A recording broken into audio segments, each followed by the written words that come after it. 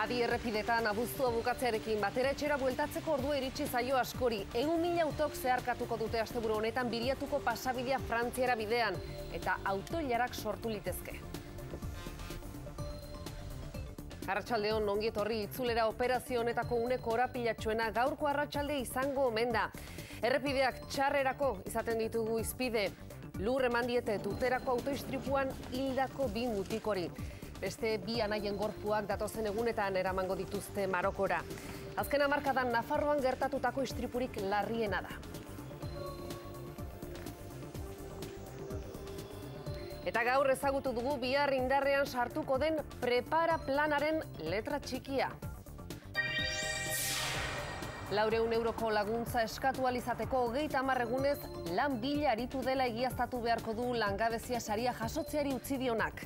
Horrez gain, ziurtagiri bat erakutsi beharko du udaleko edo erkidegoko beste laguntzarik jasotzen ez duela frogatzeko. Samara Solan bilera Eliseoan, Grezia euroaren barruan geratze ezinbestekotzat jotzen du Frantziako presidenteak. Baina atzo Merkelek esandakoa errepikatu dio Greziako lehen ministroari, konpromisoak bete behar dituela. Epailaren erabakiaren zain, ekitaldi ugari Josu Uribe Etxebarriari elkartasuna adierazteko. Jeiki Adi presoen inguruko mediku taldearentzat forenseak eginiko txostena alderdikoia da. Nahita kopiatzeagatik 800 milioi euro ordaindu beharko dizkio Samsung konpainiak Apple etxeari. Sakelako telefono eta tableten diseinuetan plagioa dagoela erabaki du Estatu Batuetako epaitegi batek. Mauritanian milaka errefuxiatu daude Malira sorterrira itzultzeko beldur. Mali parraldean Tuaregek independentzia aldarrikatu ostean. Euskal Telebistako lantalde bat bertan sartzea lortu duen bakarrenetakoa da.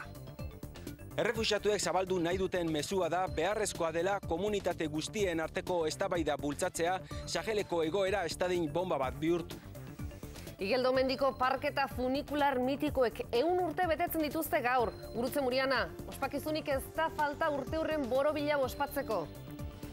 Ez da falta, baina euripean ospatzen ari da Mendeurrena Igeldoko Jolas parkea 1912ko abuztuaren 25ean ireki zen. Orduan kasino eta jatetxe zen. 20ko hamarkadan jarri zituzten martxan mendi zuitzarra edo laku misteriotsua.